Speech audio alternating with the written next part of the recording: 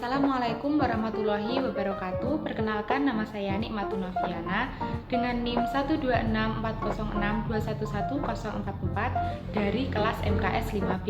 Di sini saya akan menjelaskan tentang analisis saham INPC, saham ELSA, dan obligasi negara. Untuk memenuhi tugas akhir dari mata kuliah manajemen portofolio dan investasi.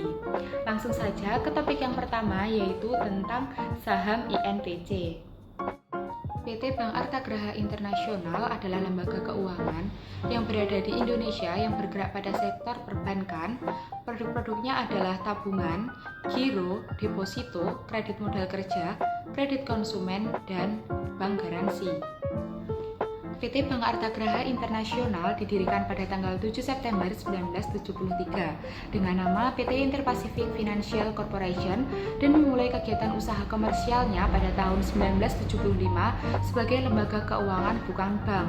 Namun INPC akhirnya mengantongi izin dari pemerintah untuk beroperasi sebagai bank umum pada 24 Februari 1993. INPC mencatat sahamnya di Bursa Efek Jakarta dan Surabaya pada 23 Agustus 1990 dengan harga penawaran sebesar Rp9.750 per saham.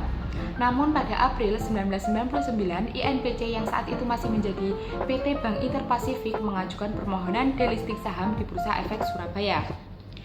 Perusahaan ini tercatat telah berganti nama sebanyak 3 kali.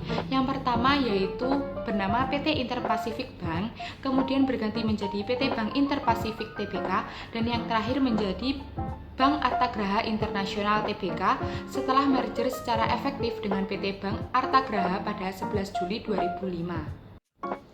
Nah, ini untuk harga sahamnya yaitu 76, harga per lembarnya yaitu 9,79, sedangkan PBV atau price to book value-nya yaitu 0,36, sedangkan market cap-nya itu 1,5T, ROA-nya yaitu 0,16 dan ROE-nya yaitu 0,93. Kemudian adalah analisis teknikal dari Bank Artagraha Internasional menggunakan metode match untuk swing trade jangka menengah dan stochastic untuk scalping jangka pendek.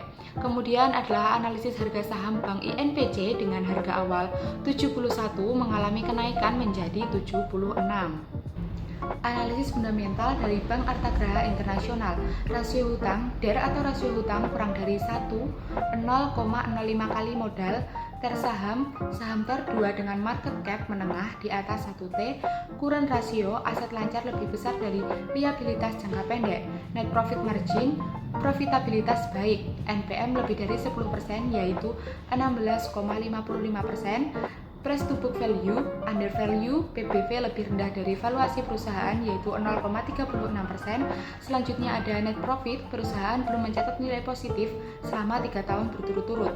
Return on equity-nya, profitabilitas kurang baik, ROE kurang dari 15% yaitu 0,93%. Buffers intrinsic value, over value, harga saham di atas harga wajar yaitu 42. Dan yang terakhir, earning per share, perusahaan belum mencatat EPS positif selama 3 tahun berturut-turut. Kemudian pemegang saham dari Bank Artagraha, yang pertama ada PT Puspita Bisnis Puri dengan presentase 5,38%, selanjutnya PT Pirus Platinum Muri dengan presentase 6,73%, PT Cerana Artapura dengan presentase 6,54%, PT Cakra Inti Utama dengan presentase 14,38%, PT Artagraha Network dengan presentase 5,61%, masyarakat dengan presentase 61,36%, dan yang terakhir adalah Sugianto Kusuma dengan presentase 2,23%. Nah, masuk topik yang kedua yaitu adalah saham ELSA atau PT Elnusa Tbk. PT Elnusa Tbk bergerak dalam bidang jasa hulu migas dan melakukan investasi saham pada anak perusahaan dan perusahaan joint venture yang bergerak di bidang industri, seperti layanan dukungan dan perdagangan upstream migas, layanan dan perdagangan downstream migas, bumi dan jasa pengelolaan dan penyimpanan data perdagangan migas dan pengelolaan aset lapangan migas bumi. Perusahaan juga menyediakan barang dan jasa, termasuk penyediaan dan pengelolaan ruang kantor untuk anak perusahaannya, pihak terkait, dan pihak ketiga. Pada tanggal 6 Februari 2008, perusahaan mulai diperdagangkan di Bursa Efek Indonesia atau BEI dengan harga penawaran perdana sebesar 400 per saham dan berkode saham ELSA. Per 31 Juli 2023, komposisi pemegang saham perseroan adalah PT Pertamina Hulu Energi sebesar 51,103%, selaku pemegang saham pengendali dan publik sebesar 48,897%. Selanjutnya adalah kinerja saham dan keuangan ELSA. Dalam 5 tahun terakhir, saham ELSA bergerak cukup stabil dengan hanya 1 kali penurunan tajam yang terjadi selama kurun waktu 2019 sampai 2020. Pada periode tersebut, saham ELSA tercatat sempat mengalami penurunan hingga 70%, dari 416 per saham pada Februari 2019 menjadi 124 per saham pada 20 Maret 2020.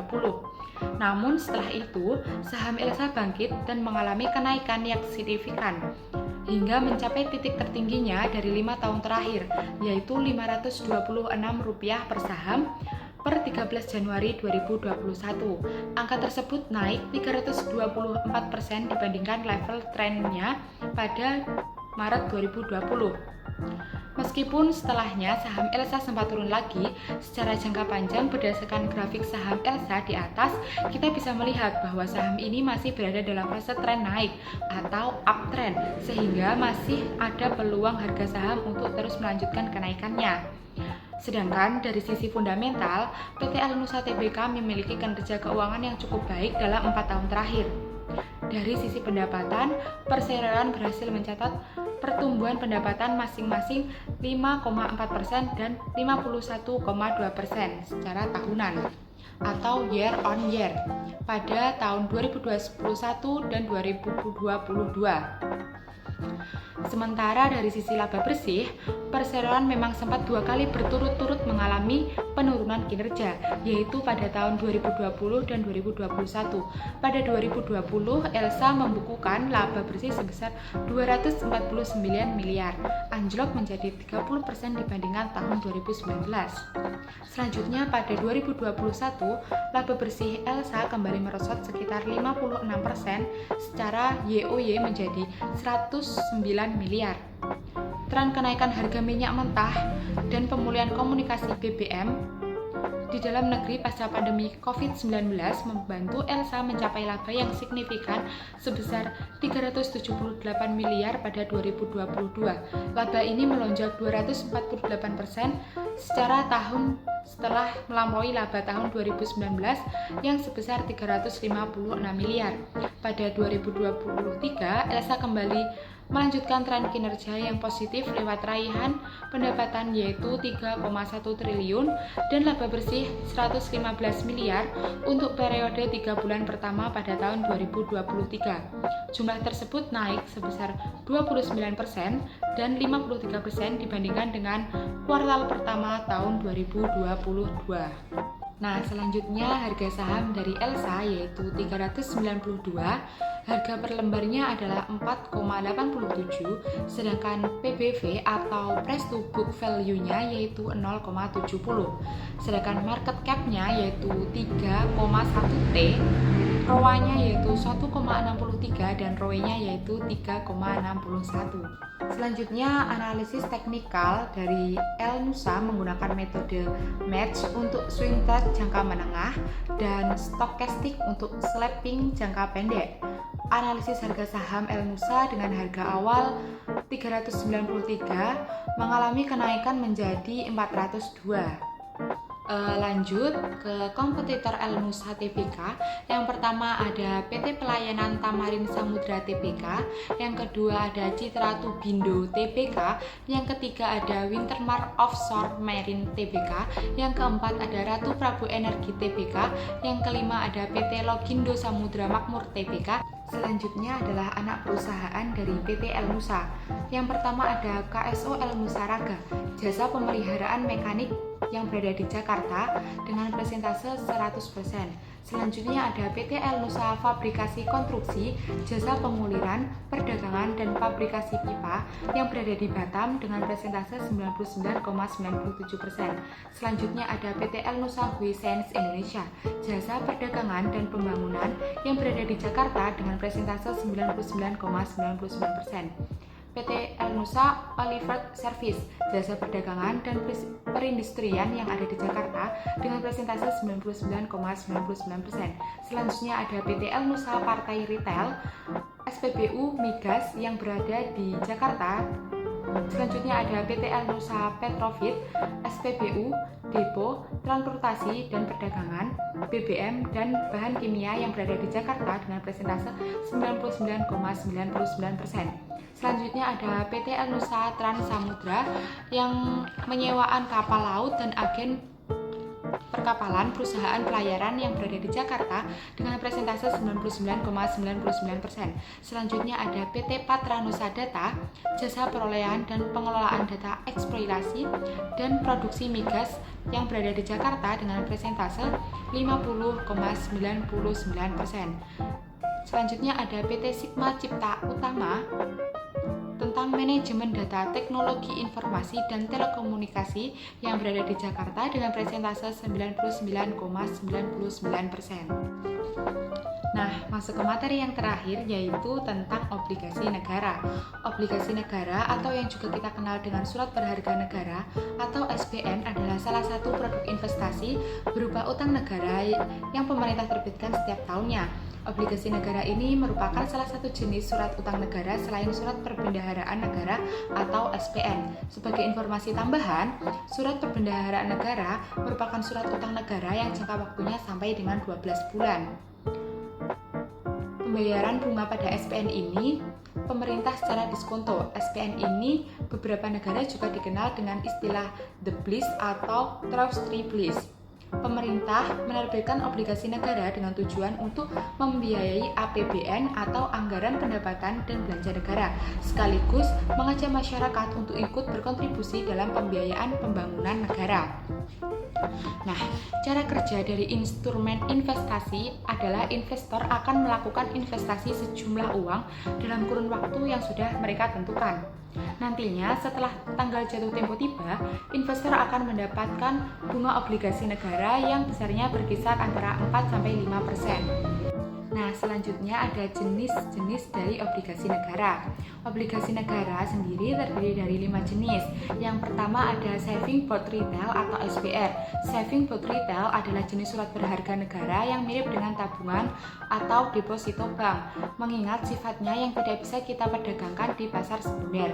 Yang kedua ada Obligasi Retail Indonesia atau biasa disingkat dengan ORI. Tujuan penerbitannya adalah untuk memberikan kesempatan kepada masyarakat atau investor individual untuk secara langsung memiliki dan memperdagangkan secara aktif dalam perdagangan obligasi negara. Yang ketiga ada sukuk retail atau sukir, yang merupakan jenis SBN yang hampir mirip dengan ORI tapi berbasis syariah. Yang keempat ada sukuk tabungan, strukturnya mirip dengan SBR, hanya saja berbasis syariah. Dan yang terakhir ada obligasi seri Indon, merupakan surat berharga dalam mata uang virtual asing. Obligasi ini pemerintah terbitkan dengan pembayaran bunga dan nilai pokoknya yang juga terjamin oleh undang-undang. Nah, selanjutnya itu ada kelebihan dari obligasi negara. Ada investasi rendah resiko, kemudian investasi dengan modal terjangkau, kemudian potensi passive income, investasi pada proyek nyata, dan investasi yang cocok saat resesi. Dan selanjutnya kekurangan dari obligasi negara. Yang pertama ada imbal hasil yang rendah, yang kedua imbal hasil menyesuaikan inflasi, yang ketiga resiko perubahan suku bunga, dan yang terakhir adalah relatif kurang liquid. Nah, itu tadi yang dapat saya sampaikan. Jika ada kurang lebihnya saya mohon maaf yang sebesar-besarnya. Wassalamualaikum warahmatullahi wabarakatuh.